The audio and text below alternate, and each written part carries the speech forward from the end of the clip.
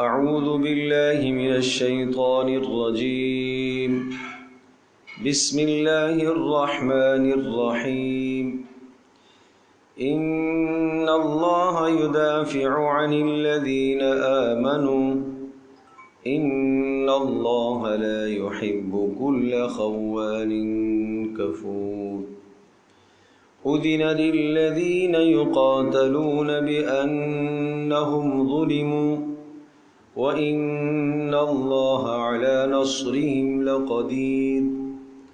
الذين أخرجوا من ديارهم بغير حق إلا أن يقولوا ربنا الله ولولا دفع الله الناس بعضهم ببعض لهدمت صوامع وبيع وصلوات ومساجد يذكر فيها اسم الله كثيرا ولينصرن الله من ينصره إن الله لقوي عزيز. الذين إن مكناهم في الأرض أقاموا الصلاة وآتوا الزكاة وأمروا بالمعروف ونهوا عن المنكر ولله عاقبة الأمور. وإن يكذبوك فقد كذبت قبلهم قوم نوح وعاد وثمود وقوم إبراهيم وقوم لوط وأصحاب مدين وكذب موسى فأمليت للكافرين ثم أخذتهم فكيف كان نكير. فكأي من قرية أهلكناها وهي ظالمة فهي خاوية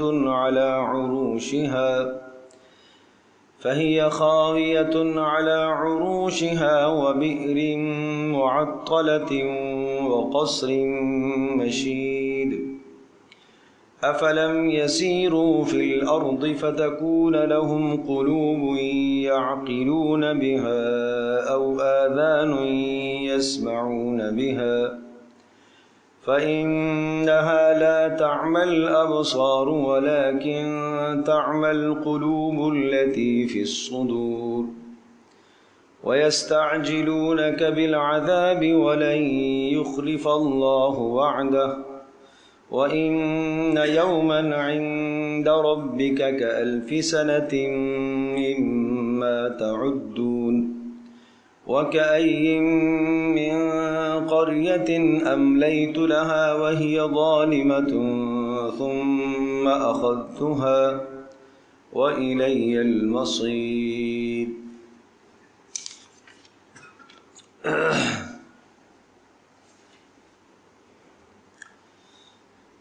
ان اللہ یدافع عن الذین آمنوا ان اللہ لا يحب كل خوان کفور.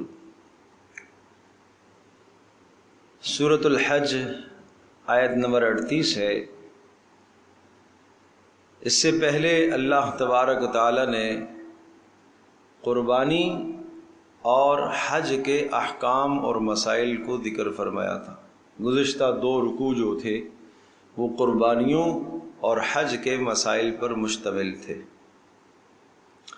اور حج اور قربانی وہ عبادت ہے جو مالی عبادت ہے اور جس میں جس قدر بندے کا اخلاص اور اللہ تبارک و تعالیٰ کی رضا ہوتی ہے اتنا ہی اس پر اجر ملتا ہے.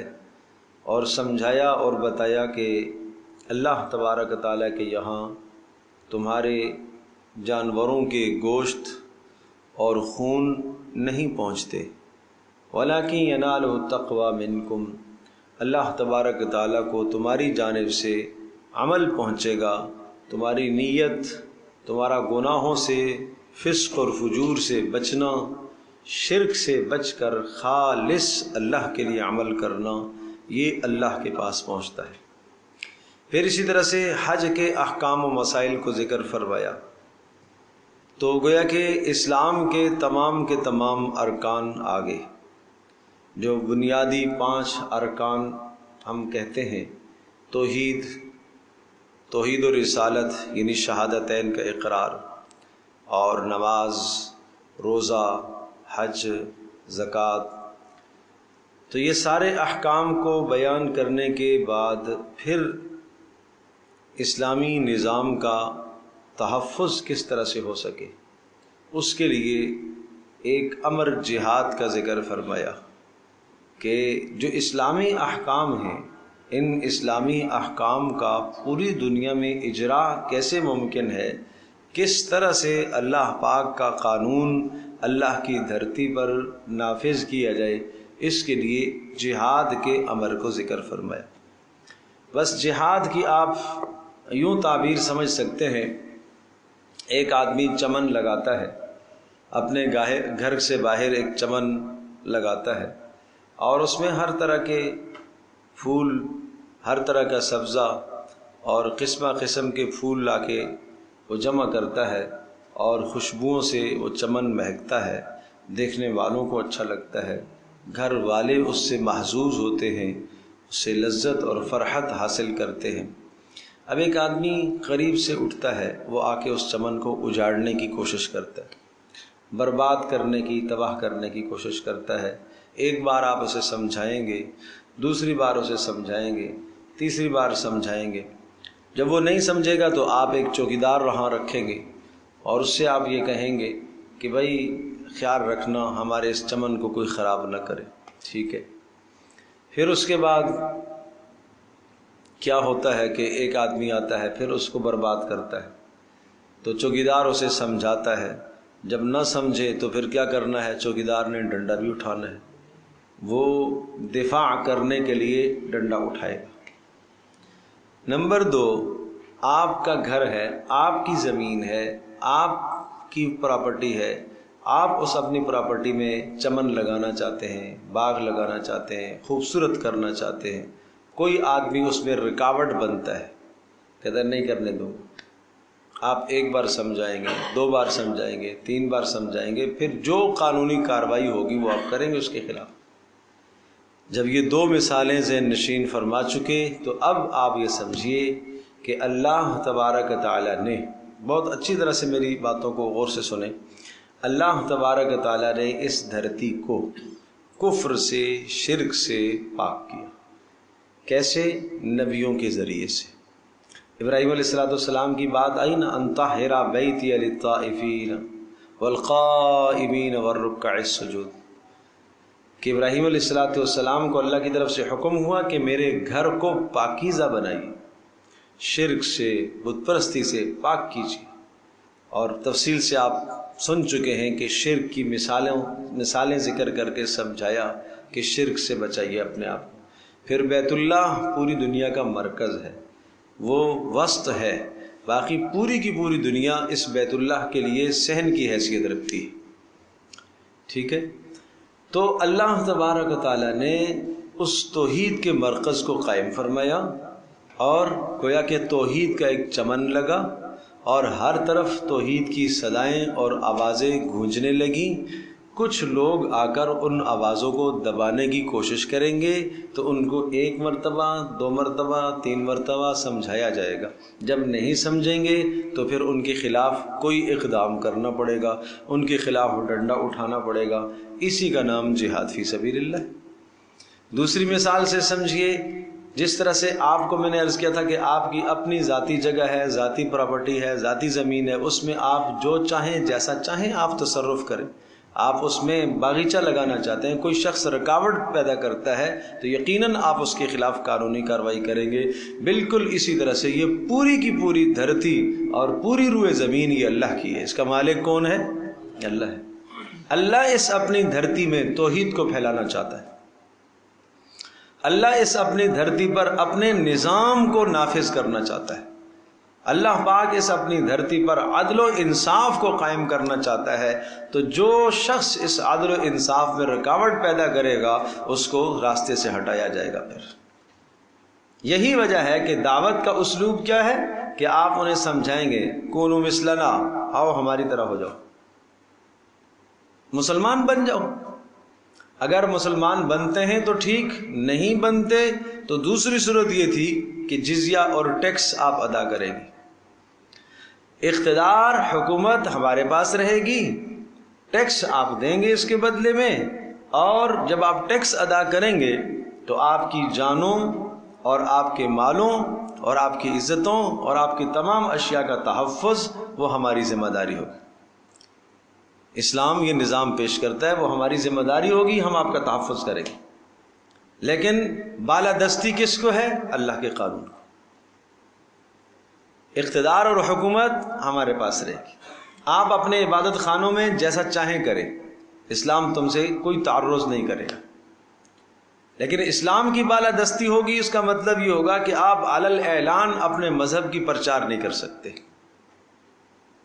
آپ باہر کسی مسلمان کو دعوت نہیں دے سکتے، آپ کے دین پر جو کوئی قائم ہے، جو آ کے آپ کے عبادت خانے میں عبادت جس طرح سے کرنا چاہتا ہے، جو تمہارا طریقہ ہے وہ تمہیں مبارک، ہم اس سے کوئی تعرض نہیں کریں گے، کوئی چھیڑ چھاڑ نہیں کریں گے، بالادستی اسلام کی رہے گی۔ اور اگر یہ بات بھی تمہیں تسلیم نہیں ہے تو پھر ہمارے اور تمہارے درمیان میں تلوار فیصلہ کرے گی۔ یہ تین باتیں ہوتی تھی، مسلمان ہو جاؤ ٹھیک ہے، نہیں ہوتے ہو پھر جزیہ اور ٹیکس دو، اسلام کی بالادستی ہوگی، تمہاری جانوں اور مالوں کا تحفظ ہم کریں گے، جو حقوق ایک مسلمان کو ملتے ہیں وہ تمہیں بھی ملیں گے، اس لیے کہ تم ذمہ ہو نا، ٹیکس دے رہے ہو، وہ حقوق تمہیں بھی ملیں گے، لیکن تمہیں ہمارے سر پر نہیں چڑھنا ہے، یہ خیال رکھیے گا۔ اسلام یہ نہیں چاہتا، بالادستی اسلام کی ہے، مسلمان کی ہے، مسلمان۔ میں تو آپ کو کیسے سمجھاؤں، یہ سمجھایا، یہ بتلایا، آپ راستے میں جا رہے ہیں، آپ مسلمان ہیں، سامنے سے غیر مسلم آ رہا ہے، راستہ تنگ ہے، آپ اس کو نیچے کریں گے، آپ گزریں گے یہاں سے۔ اسلام بالادستی چاہتا ہے، الاسلام یعلو ولا یعلی علیہ، اسلام دبتا نہیں ہے کہیں سے، اسلام مغلوب نہیں ہوتا کسی سے، اسلام اپنی بلندی چاہتا ہے، سر بلندی چاہتا ہے۔ اور عجیب بات، اسلام وہ مذہب ہے یہ اپنے آس پاس جھاڑی کانٹے کو پنپنے نہیں دیتا، یہ نہیں دیتا، کوئی اس کے ارد گرد کوئی شرک، کوئی کفر، کوئی نفاق قطعاً برداشت نہیں ہوگا۔ تو یہ اسلام کا قانون ہے۔ اور پھر ٹھیک ہے، آپ کتنے علاقے ایسے تھے جہاں جو علاقے فتح ہوئے ٹیکس اور جزیہ دیتے رہے، اور وہ ٹیکس اور جزیہ کا وہ عادلانہ نظام قائم کیا گیا۔ یہ مدینہ میں جو یہود تھے، جب ان سے بات کی گئی، اسلام کی دعوت دی گئی، قبول نہیں کی انہوں نے، خیبر کے اندر رہنے والے تو ٹیکس اور جزیے پر راضی ہوئے۔ جب ٹیکس اور جزیے پر راضی ہوئے تو وہ ٹیکس اور جزیے کا نظام ایسا عدل و انصاف والا کیا گیا کہ 2 حصے پیداوار کے تقسیم کر کے سامنے رکھے جاتے، بھائی جو تمہیں پسند ہے وہ لے لو، پہل وہ کرتے، جو تمہیں پسند ہے تم وہ پہلے قبول کر لو، جو رہ جائے گا ہم لے لیں۔ ایسا عدل کا، انصاف کا نظام اسلام نے پیش کیا کہ وہ سارے کے سارے اسلام کے ان محاسن کو دیکھتے دیکھتے دیکھتے اسلام میں داخل ہو جاتے۔ اور اگر یہ بات تسلیم نہیں ہے تو پھر ہمارے اور تمہارے درمیان میں پھر تلوار فیصلہ کرے گی۔ میں نے عرض کیا، وہی 2 مثالیں ذہن میں رکھیے گا، دونوں مثالیں ذہن میں رکھیے گا کہ آپ نے اپنے گھر میں چمن لگایا ہے اور اس کو کوئی خراب کرتا ہے تو آپ کو کچھ نہ کچھ کرنا پڑے گا، کوئی قانونی چارہ جوئی آپ کو کرنی پڑے گی۔ اور اگر آپ نے گھر میں چمن نہیں، دوسری صورت کیا بتائی کہ آپ کی اپنی پراپرٹی ہے، اپنی زمین ہے، اس میں جس طرح سے آپ چاہیں تصرف کریں، آپ اس کو باغیچہ بنانا چاہتے ہیں، ایک آدمی رکاوٹ پیدا کرتا ہے، میں نہیں بنانے دوں گا، کیوں نہیں بنانے دے گا بھائی؟ اسی طرح سے یہ اللہ کی دھرتی ہے، اس میں اللہ کا قانون نافذ ہوگا، اللہ کا نظام چلے گا۔ جو شخص اس نظام میں رخنہ ڈالنے کی کوشش کرے گا، جو اسلام کی ترقی میں رکاوٹ پیدا کرے گا، اس کے لیے پھر اسلام اس کو راستے سے ہٹانے کی کوشش کرتا ہے۔ اسی کا نام قتال و جہاد فی سبیل اللہ ہے۔ مکی دور کے اندر اس کی اجازت نہیں تھی، رسول اللہ صلی اللہ علیہ وسلم نے 13 سال مشقتوں سے، تکلیفوں سے گزارے۔ وہاں بات فاعف عنہم واصفح، فاعف عنہم فاعفوا واصفحوا فاصفح الصفح الجمیل۔ آپ اعراض کریں، آپ نظر انداز کریں، یہ تھپڑ مارتے ہیں، یہ پٹائی کرتے ہیں، یہ جو کچھ کرتے ہیں، آپ اعراض کریں، درگزر کریں۔ جب مدنی دور آیا، رسول اللہ صلی اللہ علیہ وسلم نے ہجرت فرمائی، تو ہجرت کے کچھ وقت کے بعد پھر یہ احکام نازل ہونا شروع ہو گئے کہ اب اسلام ایک چھوٹی سی ایک ریاست قائم کر چکا ہے مدینہ منورہ میں۔ اب اس باغیچے کو ہم نے پھیلانا ہے اور پوری دنیا کو ہم نے نغمہ توحید بنانا ہے، اور پوری دنیا میں ہم اس اسلام کو لے کر جائیں گے۔ لہٰذا وہی بات ہے، وہی 2 باتیں رکھیں گے، 3 باتیں۔ ہماری طرح مسلمان ہو جاؤ، ٹھیک ہے، نہیں ہوتے ہو جزیہ اور ٹیکس دو گے، نہیں ہوتے ہو یہ بھی تسلیم نہیں ہے تو پھر ہمارے اور تمہارے درمیان میں تلوار فیصلہ کرے۔ اور عجیب بات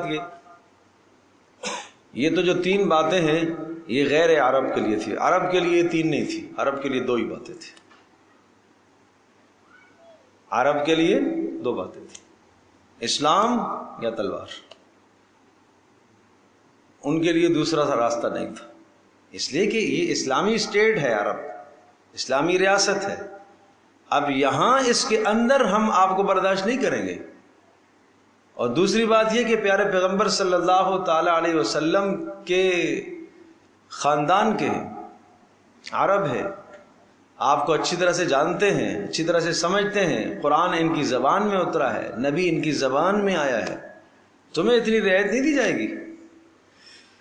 تو ان اللہ یدافع عن الذین آمنوا، سنیے، بے شک خوب سمجھ لیجئے، اللہ تبارک تعالیٰ دفاع کرتا ہے عن الذین آمنوا، ایمان والوں سے، اللہ خود حفاظت کرتا ہے ایمان والوں کی۔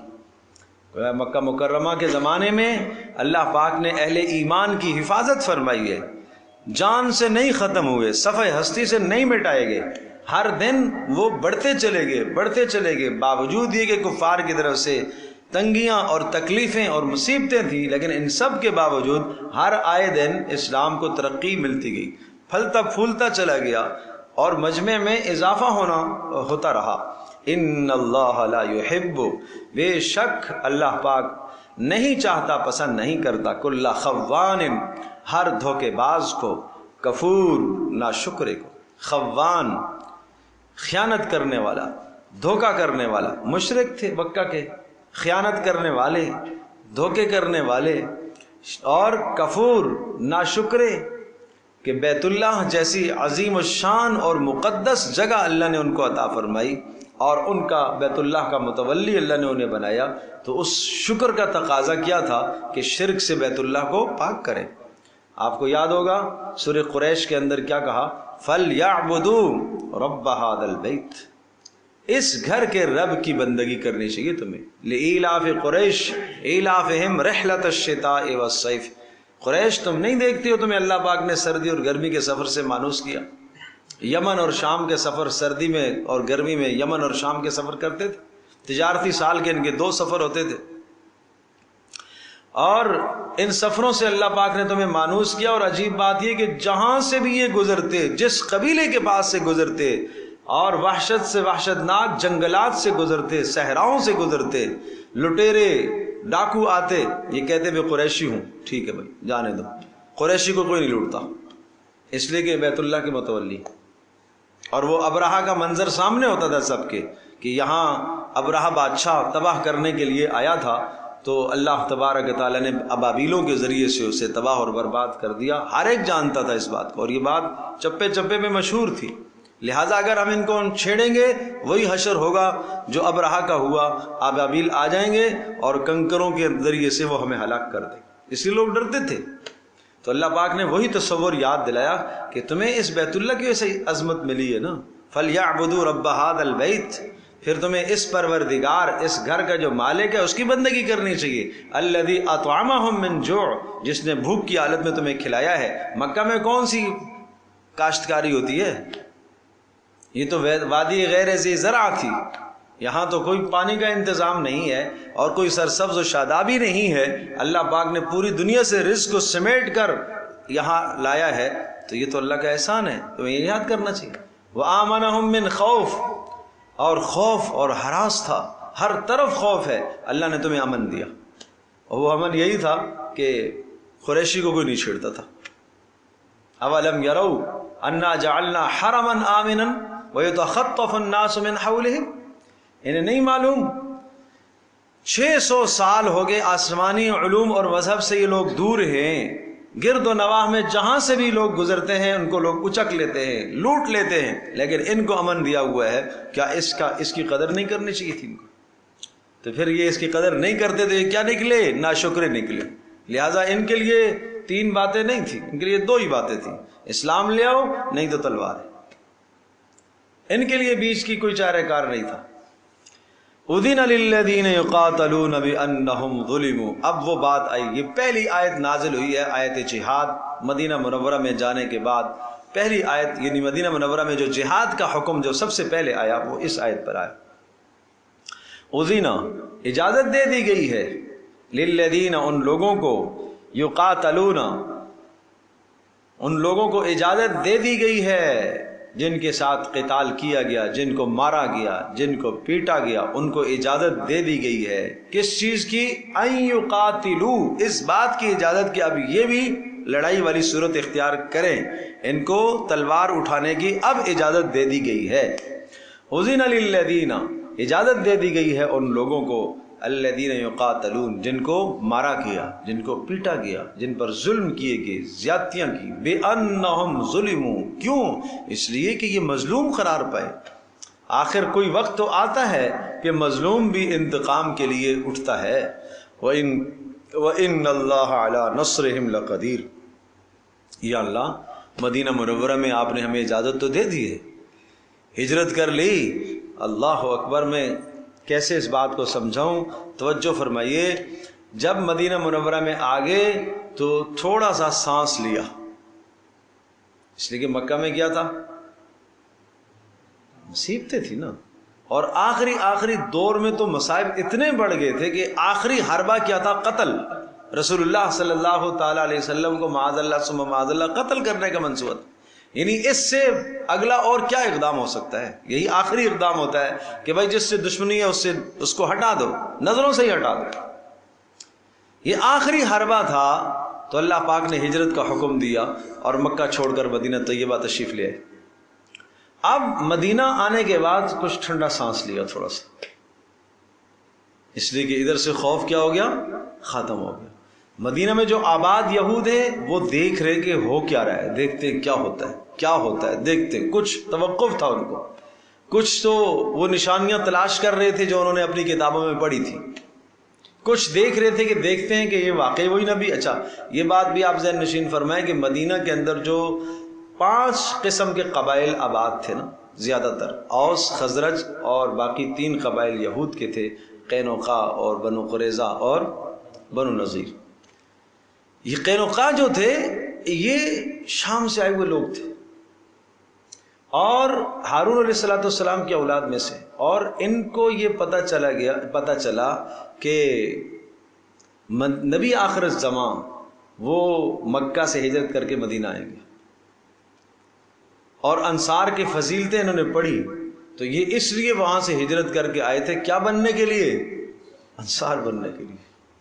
تو یہ سب انتظار میں تھے کہ دیکھتے ہیں کہ کیا ہوتا ہے، کوئی نشانیاں تلاش کر رہا ہے، کوئی کیا کر رہا ہے، کوئی کیا کر رہا ہے، ساری باتیں وہ دیکھ رہے ہیں، لیکن وہ ذرا توقف میں تھے۔ اور ادھر سے گویا سکون مل گیا مکہ والوں سے نا، تو تھوڑا سا ٹھنڈا سانس لیا، آرام کا سانس لیا، فوری حکم آ گیا، اذن للذین یقاتلون بانہم ظلموا، اب تمہیں تلوار اٹھانے کی اجازت ہے، اب تمہیں قتال و جہاد کی اجازت ہے۔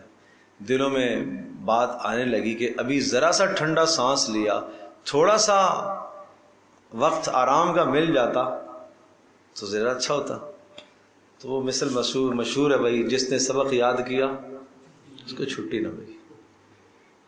اللہ کے پیاروں نے سبق یاد کیا تھا نا، محمد رسول اللہ صلی اللہ علیہ وسلم کے جان نثاروں نے سبق یاد کیا تھا، وہ ہلکے لوگ نہیں تھے، ان کی 13 سال تربیت ہوئی تھی، کہ اللہ پاک نے فرمایا تربیت ہی اسی کام کے لیے تمہاری ہوئی ہے، تمہیں وہاں اب اس لیے ہم نے منتقل کیا ہے کہ کام تو اب شروع ہوگا، تمہارا کام تو اب شروع ہوگا، ہاں تکلیفیں تو اب آئیں گی، اب دیکھو کیا ہوتا ہے، اب تو تلوار لے کے میدان میں جانا ہے۔ پہلے تو پھر بھی تصور ہو سکتا تھا کہ سامنے والے کے سامنے اگر ہم بچ گئے تو شاید چھوڑ دے گا، رحم کھا جائے گا، اب تو یہ بات آئی ہے۔ اللہ اکبر۔ تو دیکھیے گا بات آئی کہ یا اللہ ہم تو بہت تھوڑے سے ہیں، چند مہاجرین چند انصار ہیں، ہوگا کیسے؟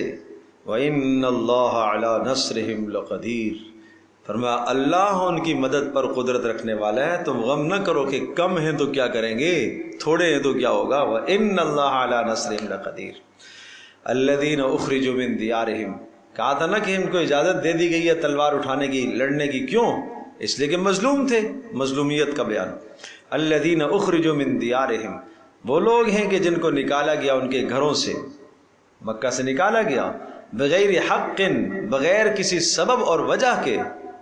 ایک تو کسی نے کوئی جرم کیا ہو تو نکالا جاتا ہے، ہاں ایک جرم تھا، کیا تھا؟ الا ان یقولوا ربنا اللہ، وہ یہ کہتے تھے کہ ہمارا پروردگار صرف اور صرف کون ہے؟ اللہ ہے۔ الا ان یقولوا رب کی بات سنیے گا، ربنا اللہ، ہمارا رب صرف اللہ ہی ہے۔ وہاں تو رب یہ رب الشعراء، یہ فلاں، یہ فلاں، یہ ستارہ فلاں کا رب، یہ ستارہ فلاں قبیلے کا رب، یہ ستارہ فلاں قبیلے کا رب، یہ فلاں کا، یہ لات، یہ عزا، یہ منات، یہ فلاں کا، یہ فلاں کا، کئی ارباب تھے، کئی رب تھے۔ ولولا دفع اللہ الناس بعضهم ببعض لهدمت صوامع وبيع وصلوات۔ مشروعیت جہاد، وجہ کیوں ہم ایسا کرتے ہیں؟ ولولا دفع اللہ الناس بعضهم ببعض، اگر اللہ تبارک تعالیٰ دفاع نہ کرتا بعض لوگوں کا بعض کے ذریعے سے۔ ظاہر ہے اس وقت آج آپ اس آیت کا آج کا منہ بولتا تصور آپ دیکھیے، کیسے کہ اگر کفر کو یہ ڈر نہ ہو کہ یہ پلٹ کے ہمارے اوپر بھی حملہ کریں گے تو وہ تو تمہاری اینٹ سے اینٹ بجا دیں گے، تو اللہ پاک نے روب ڈالا ہوا ہے کسی نہ کسی درجے کا۔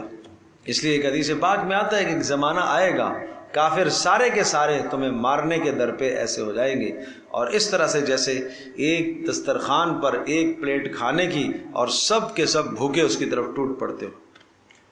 پوچھا گیا اللہ کے رسول کیا ہم تھوڑے ہوں گے؟ نہیں، تھوڑے نہیں ہوں گے۔ کیا ہوگا؟ تمہارے دلوں میں دنیا کی محبت پیدا ہو جائے گی، وہن پیدا ہو جائے گا، آپس میں قتل و غارت شروع کر دو گے، جس کے نتیجے میں تمہاری طاقت کم ہو جائے گی اور تمہارے دشمنوں کے دلوں سے تمہارا رعب ختم ہو جائے گا، تمہارے دشمنوں کے دلوں سے تمہارا رعب ختم ہو جائے گا۔ سمجھے بھائی؟ اللہ اکبر۔ یہاں ایک تھوڑی سی بات کہوں، ذہن نشین فرمائیے گا کہ رسول اللہ صلی اللہ تعالی علیہ وسلم جب پہلا بڑا معرکہ، اس سے پہلے چھوٹے چھوٹے سرایہ آپ نے بھیجے ہیں بدر سے پہلے، لیکن یہ جو بدر کا معرکہ قائم ہوا تھا اور اس میں جو 313 تھے، اور 313 کو اللہ پاک نے 1000 پر غالب کیا، 950 پر غالب کیا، اور بہت بہت اعلیٰ طریقے سے اللہ نے غلبہ عطا فرمایا کہ کیا تصور ہو سکتا تھا کہ 313 1000 کو مارے بھی، ان میں سے 70 اور 70 بھی ہلکے لوگ نہیں، جو پوری قیادت تھی ان کو قتل بھی کر دے، پھر جو رہے سہے ان کو قیدی بنا دے۔ تو یہ ایک بہت بڑی کامیابی تھی۔ اس کامیابی کے نتیجے میں پورے جزیرہ عرب کے اندر مسلمانوں کا رعب بیٹھ گیا تھا۔ یہ وہ بات ہے جو میں کہنا چاہ رہا ہوں کہ مسلمانوں کا رعب بیٹھ گیا، دبدبہ بیٹھ گیا کہ واقعی ان کے پاس کوئی طاقت ہے، ان کے پاس واقعی کوئی طاقت۔ اور عجیب بات بتاؤں، مدینہ میں جو قبائل تھے یہود کے، ان میں سے کچھ قبیلے تو قریب آگے اس واقعے کے بعد۔ کس واقعے کے بعد؟ بدر کے بعد، کہ واقعی یہ نبی ہے، اس لیے کہ اتنی بڑی فتح اور کامیابی نبی کو حاصل ہو سکتی ہے۔ اچھا بھائی ٹھیک ہے۔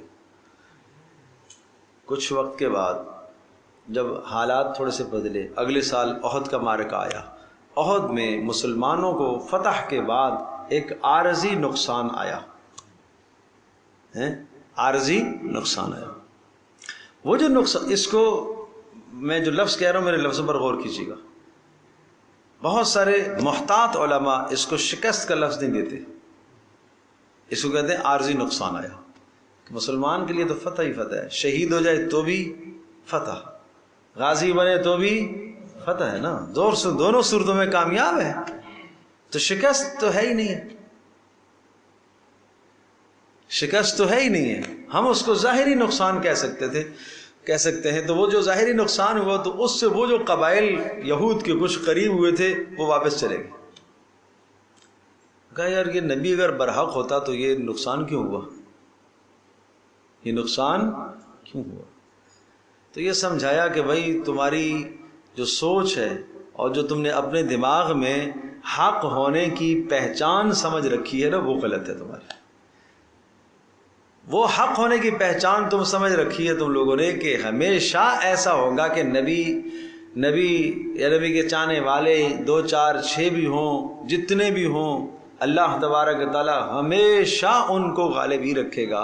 بھائی جب ہمیشہ ہی اگر مسلمانوں کا غلبہ ہو، ہمیشہ ہی غلبہ ہو، ہمیشہ ہی غلبہ ہو، کسی بھی معرکے میں اگر نقصان نہ ہو تو کھرے اور کھوٹے میں فرق کیسے ہوگا؟ منافق نکلیں گے کیسے؟ نہیں سمجھے بات؟ 500 کا لشکر جاتا ہے کسی جگہ پر اور وہ غالب ہو کے آ جاتا ہے.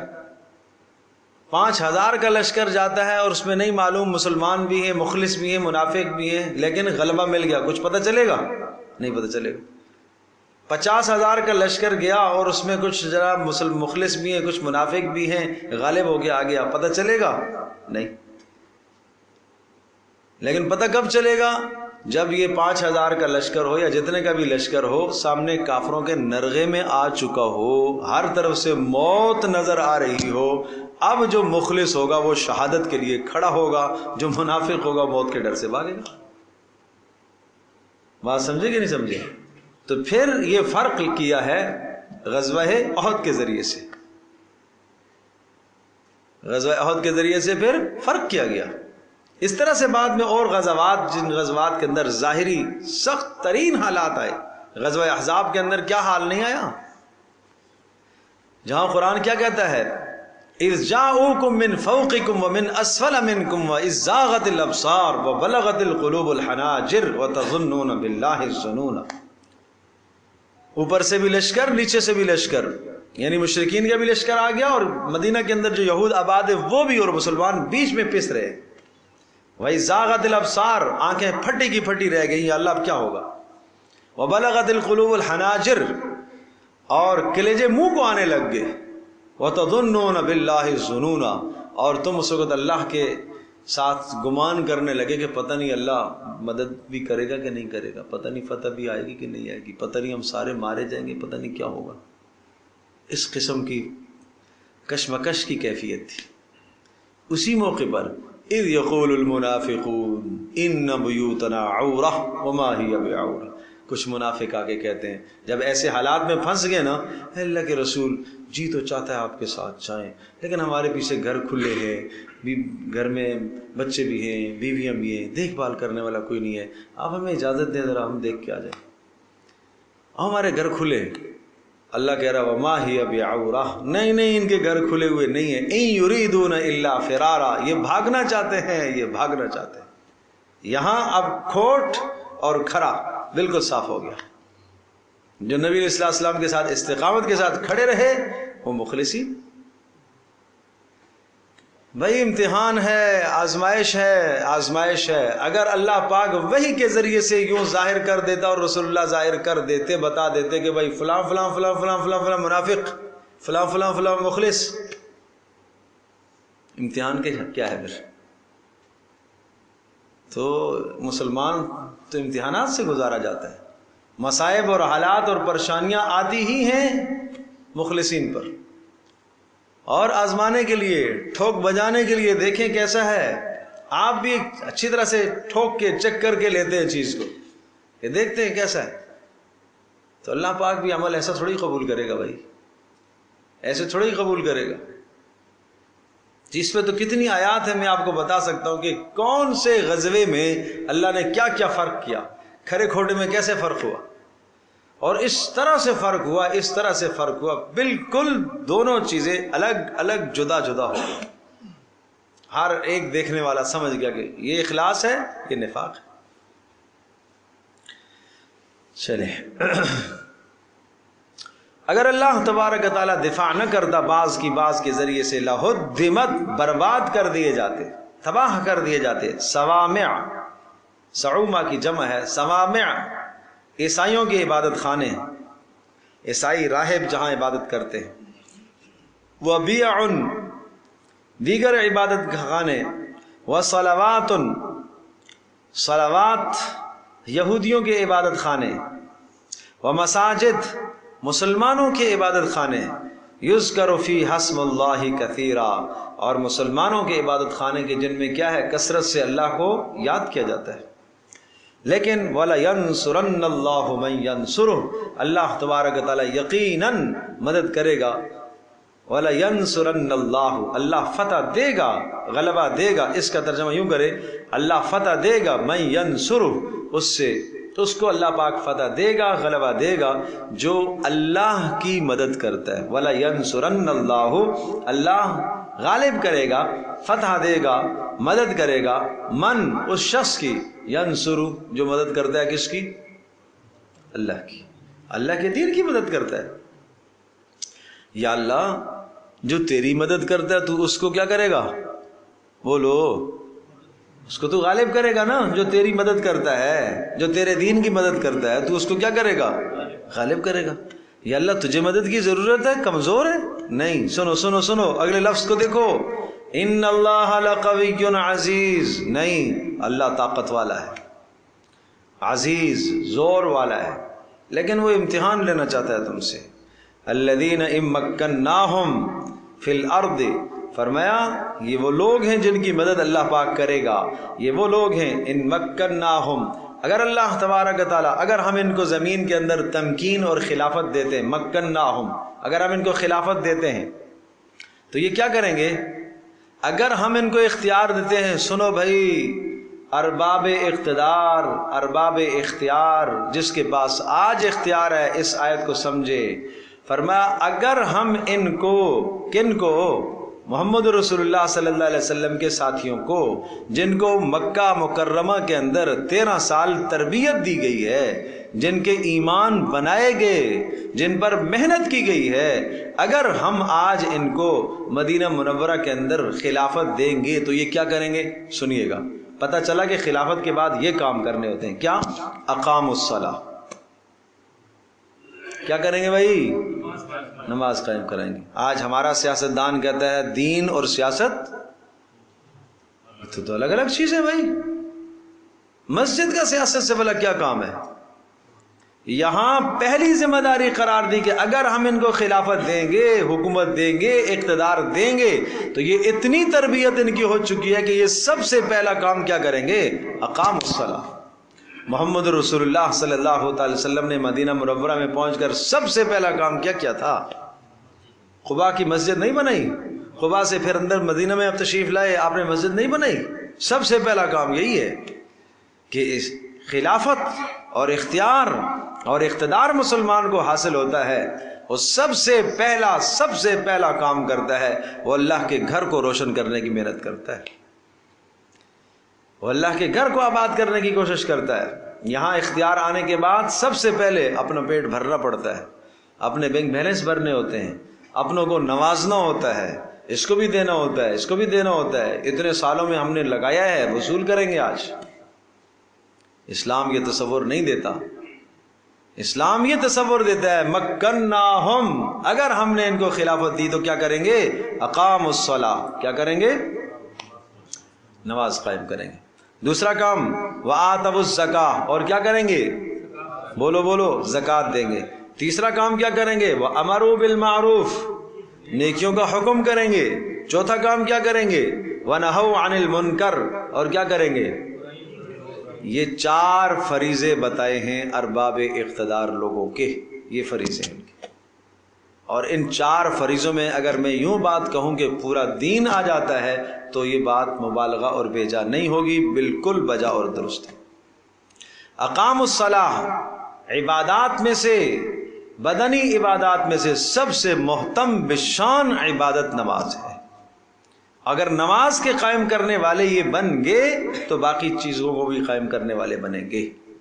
کیا نماز قائم کریں گے؟ سورہ اخلاص جس کو نہ آئے وہ کیا نماز قائم کریں گے؟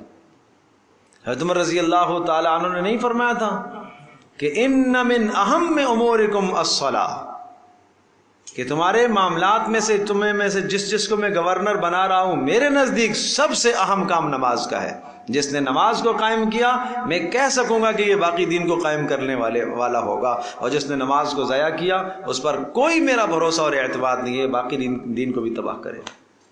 تو مجھے یہ بتائیے کہ ارباب اقتدار جب نمازی نہ ہوں تو آپ ان سے کیا توقع کریں گے وہ اسلام کا نفاذ کریں، وہ دین کا نفاذ کریں گے جب ان کو نماز نہ آئے؟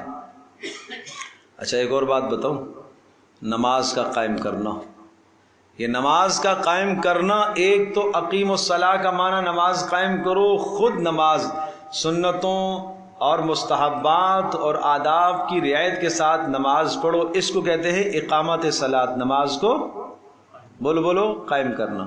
اور اقام الصلاۃ کا ایک دوسرا معنی یہ بھی ہے یہاں پر، اور وہ یقیناً یہاں پر وہ معنی ہے کہ نماز صرف از خود نہیں قائم کرنا، قائم کروانا ہے۔ نماز کیا کرنا؟ قائم کروانا۔ ساری عبادات بدنیہ اس کے اندر آ جائے گی، اس لیے کہ ایک کو ذکر کیا۔ اور آتوا الزکوٰۃ، تمام کی تمام مالی عبادتیں اس میں آ جائیں گی۔ زکوٰۃ ادا کریں، اس میں وہ زکوٰۃ کا نظام رائج کریں گے، اس میں وہ عشر کا نظام رائج کریں گے، اور اس میں جناب وہ بیت المال ایک مقرر ہوگا، بیت المال سے مسلمانوں کو، حاجت مندوں کو، ضرورت مندوں کی ضروریات کو پورا کیا جائے گا، ان کے فقر و فاقوں کو دور کیا جائے گا، اور اسی طرح سے حاجت مندوں کو، ضرورت مندوں کو مفت میں قرضے فراہم کیے جائیں گے۔ یہ بیت المال کا نظام ہے، اسلام یہ بیت المال کا نظام پیش کرتا ہے۔ سود کی لعنت میں نہیں جھگڑتا، اور سود کی لعنت جس معاشرے میں آ جاتی ہے تو وہ معاشرہ تو تباہ ہے۔ اس لیے ہے وآتوا الزکوٰۃ، ان کو اگر ہم خلافت دیں گے تو یہ کیا کریں گے؟ یہ زکوٰۃ کو قائم کریں گے۔ اور وَأَمَرُوا بِالْمَعْرُوفِ، اب ساتھ ساتھ یہ پہلے والی جو دو چیزیں تھیں، اقام الصلاۃ، ذات کی اصلاح ہوتی ہے، اس سے اپنی ذات کی اصلاح ہوتی ہے، اس لیے کہ انسان نماز، ان الصلاۃ تنہا عن الفحشاء والمنکر، بہت ساری بے حیائیوں سے اور گناہوں سے نماز کیا کرتی ہے؟ روکتی ہے۔ اور زکوٰۃ ادا کریں گے، وَأَمَرُوا بِالْمَعْرُوفِ، اس کے بعد دوسروں کی فکر کریں گے، امروا بالمعروف، امر بالمعروف، نیکیوں کا حکم دیں گے۔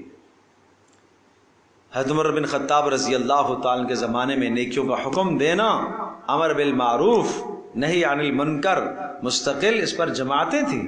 امر بالمعروف کرنے والے واعظین، درس قرآن دینے کے لیے ائمہ خطبہ باقاعدہ سے اسلامی ریاست کی طرف سے متعین ہوتے تھے کہ یہ درس قرآن دے گا، ان کی تنخواہیں بیت المال دیا کرتا تھا، یہ کام تھا۔ یہ ہے امر بالمعروف۔ وَنَهَوْا عَنِ الْمُنْكَرِ، برائیوں سے روکنا، یہ کام کریں گے، برائیوں سے روکنا، نہ یہ کہ ملک کے اندر برائیوں کو فروغ دینا، عام کرنا، نہیں، منکر کو روکیں گے، کھلم کھلا فحاشی عریانی نہیں ہونے دیں گے۔ یہ بات میں بہت پہلے بھی کہہ چکا ہوں۔ اسلامی اقتدار، تیسرے پارے کے اندر اس مضمون کو اللہ پاک نے ذکر فرمایا سورۃ البقرہ کے اندر۔ وہ جو آیات ہیں ان آیات سے متشرح ہوتا ہے یہ مضمون کہ اسلامی اقتدار جو ہوتا ہے، حکومت وقت کی ذمہ داری ہوتی ہے جان کا تحفظ، لوگوں کے مال کا تحفظ، لوگوں کے ایمان کا تحفظ۔ جان کا تحفظ، قصاص کے احکام اس لیے لاگو کرائے گئے، سمجھے جی؟ وَلَكُمْ فِي الْقِصَاصِ حَيَاتٌ، تمہارے لیے قصاص میں کیا ہے؟ زندگی ہے۔ مال کا تحفظ، اس کے لیے قوانین مرتب کیے گئے، کوئی کسی کے مال پر ہاتھ ڈالے گا، ڈاکہ ڈالے گا، ایک ہاتھ ایک پیر کاٹا جائے گا، چوری کرے گا ہاتھ کاٹے جائیں گے اس کے، تاکہ کسی کا مال کیا ہو؟ محفوظ۔ نمبر 3، جان کا تحفظ اور عزت کا تحفظ، یاد رکھیے گا، یہ بھی بھول گیا، عزت کا تحفظ۔ کوئی کسی کی عزت کو پامال کرے گا، کوڑے لگائے جائیں گے اس کو۔ والذین یرمون المحصنات ثم لم یاتوا باربعۃ شہداء فجلدوہم 80 جلدہ، یہ سورہ نور میں تفصیل سے آئے گا۔ کسی نیک دامن پاک دامن عورت پر کوئی تہمت لگائے گا، اس کی عزت کو داغدار کرنے کی کوشش کرے گا، 4 گواہ اگر نہیں لا سکتا 80 کوڑے لگائے جائیں گے اسے۔ اور 80 کوڑے پر بس نہیں، ولا تقبلوا لهم شہادۃ ابدا، ہمیشہ ہمیشہ معاشرے کا بد کردار اس کو قرار دیا جائے گا، اس کی گواہی قبول نہیں ہوگی، زندگی بھر اس کی گواہی قبول، اگر یہ توبہ کر لیتا ہے تب بھی اس کی گواہی قبول نہیں ہوگی، مردود شہادہ ہو گیا۔ یہ اس نے کسی نیک دامن پاک دامن پر الزام لگایا، اس نے تہمت لگائی اس نے، یہ کوئی ہلکا جرم ہے؟ تو یہ تحفظ، جان کا تحفظ، مال کا تحفظ، عزت کا تحفظ اور ایمان کا تحفظ چوتھی چیز ہے۔